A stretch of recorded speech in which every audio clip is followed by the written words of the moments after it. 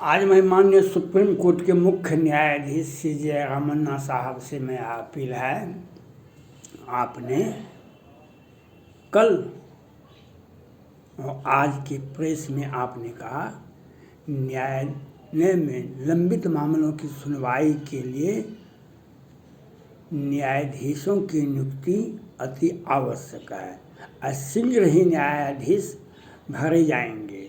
आपको इस के लिए कोटि कोटि धन्यवाद। यह सही है, जो न्यायालय में न्यायाधीशों की संख्या बहुत कम है। बिहार के पटना हाई कोर्ट में 53 न्यायाधीशों की का पद है, लेकिन 25-26 ही न्यायाधीश कार्यरत हैं। सुप्रीम कोर्ट में भी बहुत 30-31 तक जाता है और कुछ पद खाली ही रह जाता है। और लेकिन पिछले विगत माह में माननीय प्रधानमंत्री नरेंद्र मोदी जी और आप और कमेटी ने मिलकर के सुप्रीम कोर्ट में एक साथ 9 न्यायाधीशों की नियुक्ति हुई थी। इसके लिए आपको कोटि कोटि धन्यवाद। माननीय प्रधानमंत्री नरेंद्र मोदी जी को भी कोटि कोटि धन्यवाद। एक साथ इतने न्यायाधीशों की नियुक्ति सुप्रीम कोर्ट में हुई थी। लेकिन हमें यह इतना कह देना, अगर किसी कोई मकान बना रहा है, उसे लकड़ी की आवश्यकता है, तो उस लकड़ी का वृक्ष रोप दें तो काम तो हो सकता है, उस घर में लकड़ी का काम हो जाएगा। कोई बीमार है, तरफ के बिहार में लोग मरा कोरोना से, बहुत सारे हॉस्पिटल बिहार सरकार ने खोल दिया। बहुत कोरोना काल में हजार लाख लोग मरे और बिहार सरकार ने बहुत सारे हॉस्पिटल खोल दिया। न्यायालय में केस अंबार है और सुनवाई नहीं होती है। आपने देखा, आज हम पाकिस्तान के सुप्रीम कोर्ट के मुख्य न्यायाधीश को हम बधाई देना चाहते हैं। उन्होंने रात की 12 बजे कोर्ट खुलवा करके पाकिस्तान को बचाया, एक तानाशाही व्यवस्था से बचाया, संविधान की जो विफलता होती उससे बचाया और मध्यावधि चुनाव से बचाया। सिर्फ सुप्रीम कोर्ट के माननीय मुख्य न्यायाधीश पाकिस्तान के न्यायाधीश जी ने। और आप निर्भया हत्याकांड में 13 में हुआ था, लगभग 6 मासूम को 20 में आपने फांसी दे करके ये लीला समाप्त कर दी। वे सभी टेंडर एज के थे, सभी के सभी टेंडर एज के थे और सभी कॉलेज में जाने वाले नहीं थे, कॉलेज बहुत कम ही गए थे और IAS में कॉलेज में एंट्री भी लिए होंगे ये लड़की। और बाप का इकलौता वारिस भी था, अपने खानदान का इकलौता वारिस भी था उसमें। लेकिन न्यायालय ने, सुप्रीम कोर्ट तक ने सरेआम मासूम को फांसी दे दिया। अब सुप्रीम कोर्ट कहता है नहीं, जीवन के अंतिम दिन तक रखिए, लेकिन फांसी मत दीजिए।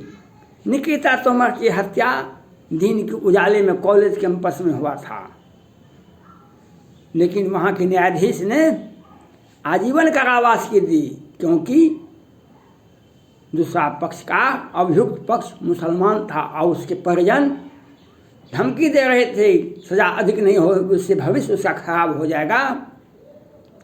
और पूर्व सांसद आनंद मोहन को 1999 में एक भीड़ ने DM की हत्या जी, किसने आके हत्या की, उसकी सुनवाई लोअर कोर्ट से लेकर के सुप्रीम कोर्ट तक हो जाता है और आजीवन कारावास को इतना खींचा जाता है। आज 15-20 वर्षों से जेल में बंद हैं। लेकिन मैं पूछना चाहता हूँ माननीय सुप्रीम कोर्ट के मुख्य न्यायाधीश जी, 1989 में सीताराम सिंह की हत्या दिन के उजाले में हुआ था और बिहार के मुख्यमंत्री उसमें नाम दर्ज अभियुक्त है। मामला सुप्रीम कोर्ट तक जाता है, लेकिन उसकी सुनवाई कहाँ है फाइल। बिहार में सैकड़ों अपराधी, कितने अपराधी तो मर गए, लेकिन उसका केस खारिज हो गया पहले से, और कितने का होटल से नाम छांट दिया गया। और नीतीश कुमार जी का फाइल, हत्या का मामला दर्ज है, लेकिन आज भी मुख्यमंत्री के पद पर बैठे हैं और आप मौका दे रहे हैं किसी तरह से राष्ट्रपति उपराष्ट्रपति बन जाइए, तब आपका ट्रायल नहीं होगा, क्योंकि सुनवाई नहीं हो गई। 1989 में हत्या का मामला दर्ज है दिन के उजाले में, लेकिन एक भीड़ ने डीएम की हत्या की, उसमें आजीवन कारावास 15-20 वर्षों से जेल में बंद हैं। लालू प्रसाद यादव जी का मामला आपके सामने है, चारा घोटाला में इन्हें सजा हुई। और पटना हाईकोर्ट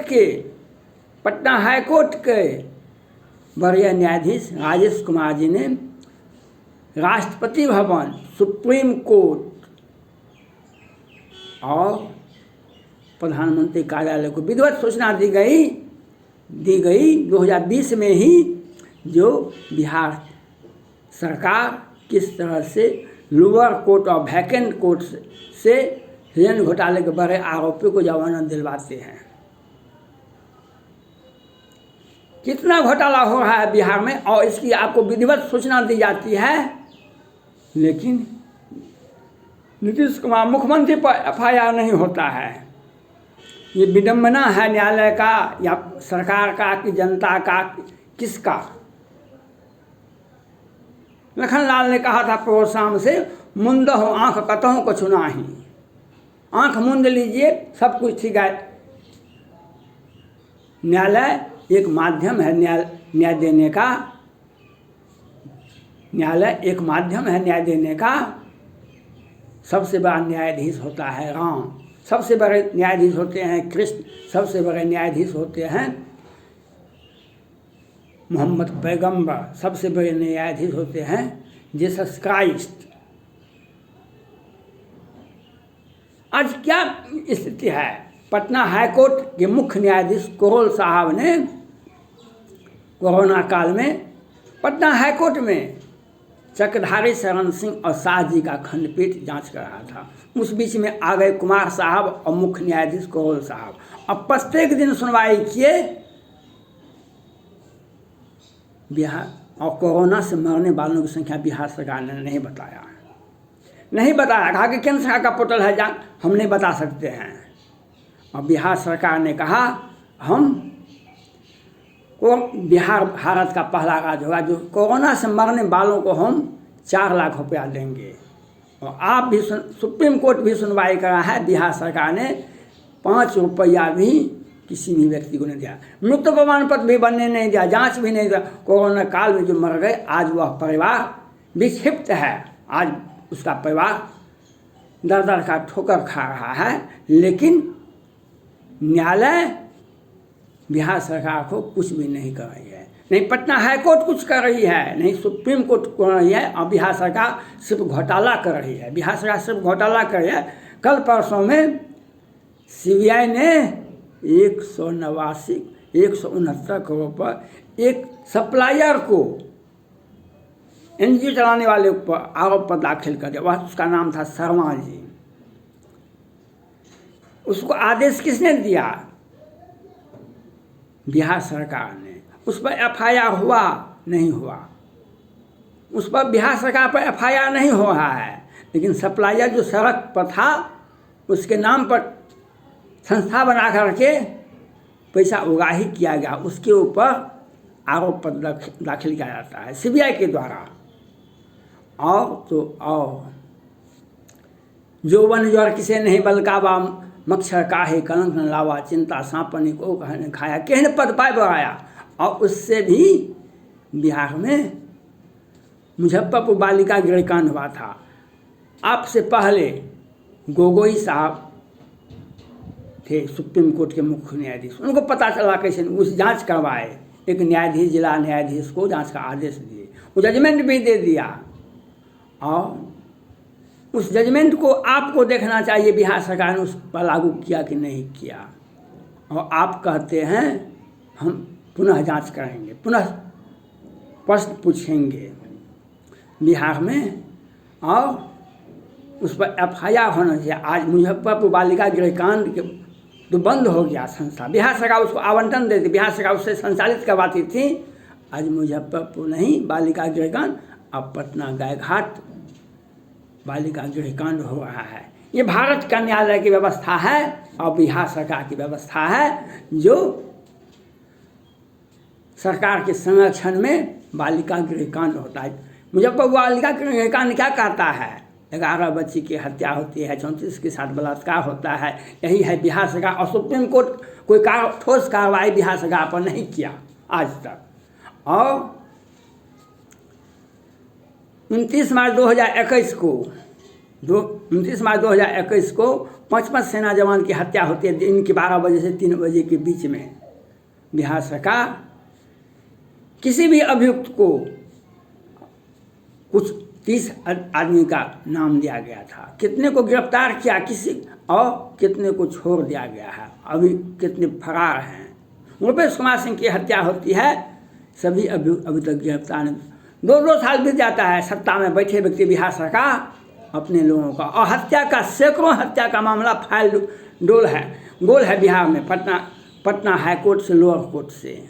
और लेकिन विरोधी दल आनंद मोहन लालू यादव का घोटाला का फाइल सुप्रीम कोर्ट तक चला जाता है, आनंद मोहन का फाइल सुप्रीम कोर्ट तक चला जाता है, और न्यायालय यह कह देती है न्यायाधीशों की संख्या कम है, इसीलिए हम त्वरित न्याय नहीं दे सकते हैं। यह कह देने से नहीं होता है, यह कह देने से नहीं होता है। पाकिस्तान के सुप्रीम कोर्ट से आपको सीखना, समझना और उसको देखना होगा। आप भी चाहेंगे तो कल बिहार सरकार गिर जाएगी। कोरोना काल में मरने वालों की संख्या बताना पड़ेगा, इन पर FIR होना चाहिए, और इन पर हत्या का मामला है उसको दर्ज होना चाहिए। और सृजन घोटाला जैसे 80 घोटाले बिहार में हुए हैं, पुलिया घोटाला हुए हैं, ऑक्सीजन घोटाला, 265 वेंटिलेटर बिहार सरकार ने खरीदा, लेकिन कोरोना से मरने जो हॉस्पिटल में भर्ती था किसी को भी बिहार सरकार ने वेंटिलेटर उपलब्ध नहीं कराया। इसके लिए कौन है? बिहार सरकार के मुख्यमंत्री, बिहार सरकार के स्वास्थ्य मंत्री, बिहार सरकार के पूर्व स्वास्थ्य मंत्री सुशील मोदी जी, मंगल पांडे जी, नीतीश कुमार जी और विजेंद्र प्रसाद यादव जी और संजय झा जी, विनू नारायण झा जी दोषी हैं। आप इन पर FIR कीजिए। यह कह देने से न्यायालय में न्यायाधीशों की संख्या कम है, हम न्याय नहीं दे सकते हैं, इसलिए हम त्वरित न्यायाधीश की बहाली करेंगे, ये नहीं है संभव। आप न्याय देने के लिए अगर आपकी इच्छा होगी तो दंड तो, और राम ने भी दंड दिया, रावण का कुल समेत नाश कर दिया। धन्यवाद।